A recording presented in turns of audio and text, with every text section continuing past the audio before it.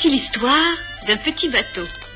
Ce petit bateau vivait, loin des embruns et des tempêtes, sur la commode de Charles, son capitaine. Il ne connaissait pas la mer, il n'avait jamais navigué. Cependant, un petit bateau, même s'il n'est qu'un jouet, ce sont de grandes envies de voyage, dès qu'on lui parle de vagues, de risées. Ce petit bateau avait un ami, Nakaneuil, le terrible corsaire, dont le portrait ornait le mur. Un matin...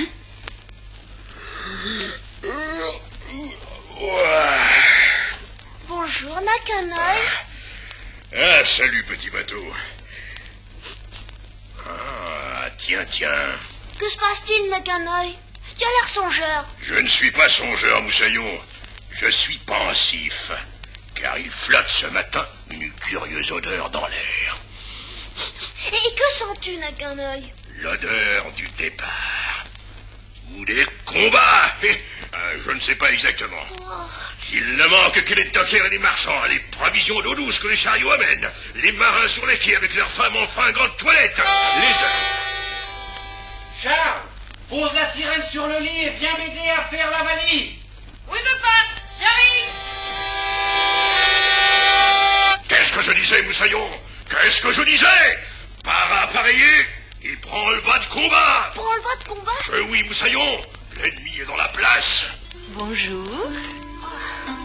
Bonjour, petite sirène. Vas-tu te taire, Moussaillon? Mais, Nakaneuil, je réponds à cette petite sirène. Ne lui parle pas, et surtout ne lui réponds pas, tonnerre de Brest. Oh, monsieur Nakaneuil. Souviens-toi toujours de ce que je vais te dire, Moussaillon.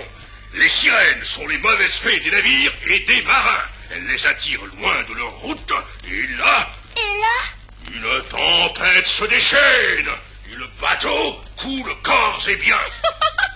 Oh, vous êtes trop drôle, monsieur Nakaneuil. Hein? Ce que vous dites était peut-être vrai jadis, plus maintenant. Regardez-moi, je suis une sirène, certes, mais je suis également une bouée en caoutchouc. Charles, nous partons dans 5 minutes. N'oublie pas ton bateau et ta sirène. Oh, Nakaneuil, tu avais raison, je vais appareiller. Ouais, Nakaneuil, vois loin, Moussaillon. Tu n'as pas l'air heureux de me voir lever l'ancre. Cette sirène étant du voyage, je prévois de grands malheurs. Peut-être même un naufrage. Un naufrage? Oh là là! Chut, écoute, rien n'est perdu. Si tu m'aides à sortir de mon cadre, Mais comment le pourrais-je? il suffit que tu dises 3 fois mon nom à l'envers. Ton nom a... Oui, je tiens ce secret d'un grand sorcier que j'ai connu jadis au cours de mes voyages. Ah, j'allais oublier le principal. En le disant 3 fois, tu me feras seulement sortir. Mais si tu veux me faire venir près de toi et que tu es loin, il faut le dire 4 fois. Bon. Mais comment est-ce ton nom à l'envers? Li-e-o-nu-can. Li-e-o-nu-can. Oui. Mais c'est drôle! Li-e-o-nu-can. Il n'y a pas de quoi rire. Tu cours un grave danger. Hâte-toi. 3 fois, vite. Et que feras-tu? Je couperai la tête à cette petite sirène. Trop tard. N'oublie pas, petit bateau. Les sirènes sont de mauvaises fées. Si tu as besoin de moi, tu connais la formule. Nakaneuil n'eut pas le temps d'en dire plus. Bientôt, le petit bateau se retrouva dans le filet d'un compartiment de chemin de fer, en face de la petite sirène qui ne le quittait pas de ses grands yeux tristes et doux. Petit bateau. Petit bateau. Oh, le méchant sot, il croit ce qu'a dit Nakaneuil. Tu me fais beaucoup de peine. Oh, je ne suis qu'un petit bateau et je n'ai aucune expérience. D'ailleurs, je n'ai jamais navigué. Tu n'as jamais navigué? Tu as pourtant l'air d'un vieux loup de mer. Moi? Mais oui, les bateaux valent mieux que les marins, car eux n'ont pas besoin d'apprendre à naviguer, ils savent en naissant. C'est vrai. Pourtant, Nakaneuil qui a vu tant de choses dit que... Qu'a-t-il vu que tu ne puisses voir? Mais je ne saurais pas où aller.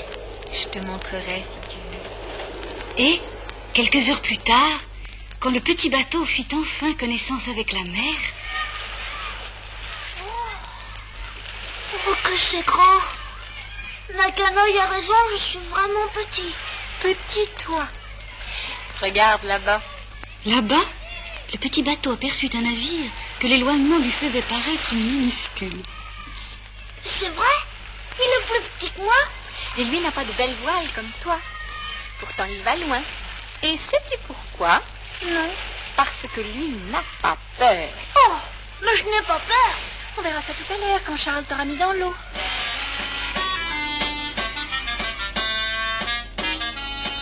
Le moment tant attendu arriva enfin. D'abord timide, docile à son capitaine, le petit bateau demeura près des côtes. Tout à coup, la petite sirène qui flottait plus loin l'appela. Tu viens avec moi? Oh, Courir l'aventure. Voir toutes les merveilles du monde. attends que je me sois habituée. T'attendre? Oh, tu es content? N'attends pas un peu heureux. Adieu. Oh, petite sirène. Adieu, j'ai dit. Attends-moi, j'arrive. C'est pas trop tôt.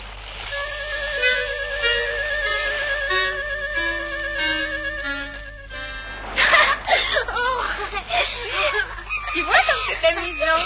Oh oui. Tu n'as plus peur maintenant. Mais je n'ai jamais eu peur. Oh. Qui m'appelle? C'est moi, la mouette. Oh, bonjour. Écoute, petit bateau, ne reste pas là. Rentre vite à terre.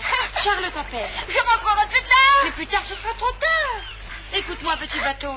C'est le métier des mouettes de veiller sur les navires et les marins. Reviens vite. Regarde au naufrage. Au naufrage? Petite sirène, peut-être devrais-je l'écouter? Ah, que tu es fatigant. Je me demande pourquoi je m'embarrasse de toi. Mais retourne voir Charles. Moi, je continue. Oh non, petite sirène, je reste avec toi. Je te suivrai partout et ne dirai plus rien. Alors dépêche-toi.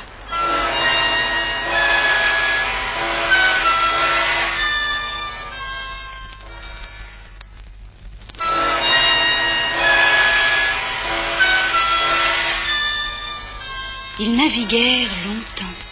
Et, vers le soir, Oh, je suis bien fatiguée. Et je n'ai encore rien vu. Pourquoi arrêter? Retourne-toi et dis-moi ce que tu vois. Je ne vois rien. Et à droite, Rien non plus. et à gauche. C'est la même chose. Donc, rien derrière, rien à droite, rien à gauche, rien devant. Où est la terre? Ah, la terre. Par là? Tu en es sûr? Peut-être là. Te voilà perdu. Pourquoi me dis-tu ça? N'es-tu pas avec moi? Ne connais-tu pas le chemin? Oh si, bien sûr. Mais je vais te quitter. Oh, une tempête va bientôt éclater et je serai mieux sous l'eau, près de mes sœurs. Une tempête! Mais petite sirène, tu m'avais promis. Que t'avais-je promis? L'aventure? N'est-ce pas l'aventure que tu connais maintenant? N'ai-je pas tenu parole? Ne m'abandonne pas. Ne suis-je pas ton ami? Toi, mon ami. Oh, tu n'es qu'un tout petit bateau prétentieux et désobéissant. Et cette leçon sera pour toi la dernière. sur ces mots, la petite sirène s'enfonça dans les vagues et ne tarda pas à disparaître. Je suis perdue. Oh, que faire? Tiens, là-bas, un bateau. Je suis pas seule. Il est beaucoup plus petit que moi. Oh, je commençais à avoir peur.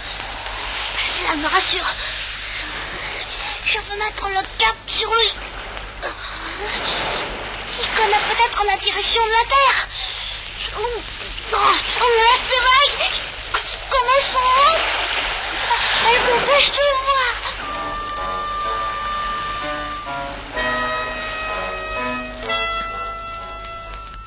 Tout à coup, le bateau lui apparut tout proche. Et il se rendit compte que ce qui de loin lui avait paru minuscule était en réalité un immense paquebot dont il ne distinguait qu'à peine les extrémités. Oh là là! Que fais-tu, Moussaillon? Je cherche la Terre. Je suis perdu. Et ton capitaine? Je suis parti sans lui demander la permission. Oh, jeune fou! Tu tournes le dos à la terre. Fais demi-tour. Mais tu n'y parviendras pas avant la tempête. Au revoir, je me dépêche. Ah, je n'ai pas de temps à perdre. le paquebot s'éloigna très vite. Je suis secouée. Oh, que j'ai mal. Aïe, mon main est arrachée. Au secours. Il avait écouté la canaille. La canaille. Mais c'est vrai, comme a-t-il dit? Je tiens ce secret d'un grand sorcier. Pour me faire sortir de mon cadre, il suffit que tu dises 3 fois mon nom à l'envers. Ah, Léonica! Léonica! Léonica! À peine le petit bateau achevait-il cette phrase que très loin de là, dans la chambre de Charles... Oh, me voilà hors de mon cadre. Moussaillon a besoin de moi. Ah, j'avais bien raison de me méfier de cette sirène. Ah, mais par la tête de Surcouf, qu'est-ce qu'il attend pour me faire venir? Ah, il a dû oublier la formule. Oh, j'enrage. Être seul ici, alors que l'on a besoin de moi sur l'océan. Ah, enfin! Et d'un seul coup, Nakaneuil se trouva transporté près du petit bateau. Oh, Nakaneuil! Nakaneuil! Eh bien, Moussaillon, il n'a pas voulu écouter les anciens. Voilà beau. Oh, Nakaneuil, mais j'avais oublié la fin de la formule. Bon, on parlera plus tard. Là-bas, la prévôt! À la virée! Après une longue et pénible navigation, le matin trouva le petit bateau couché, piteux sur la plage, alors que non loin de là, Charles désespéré le cherchait. Petit bateau! Petit bateau! Oh, comme je voudrais retrouver mon bateau. Tiens, le voilà. Oh, le pauvre. Dans quel état il est? Ça fait rien. Je le réparerai.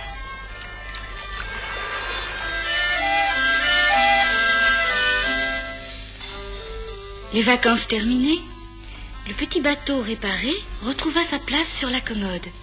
Depuis, il n'est pas retourné à la mer. Mais si cela lui arrive, il écoutera son capitaine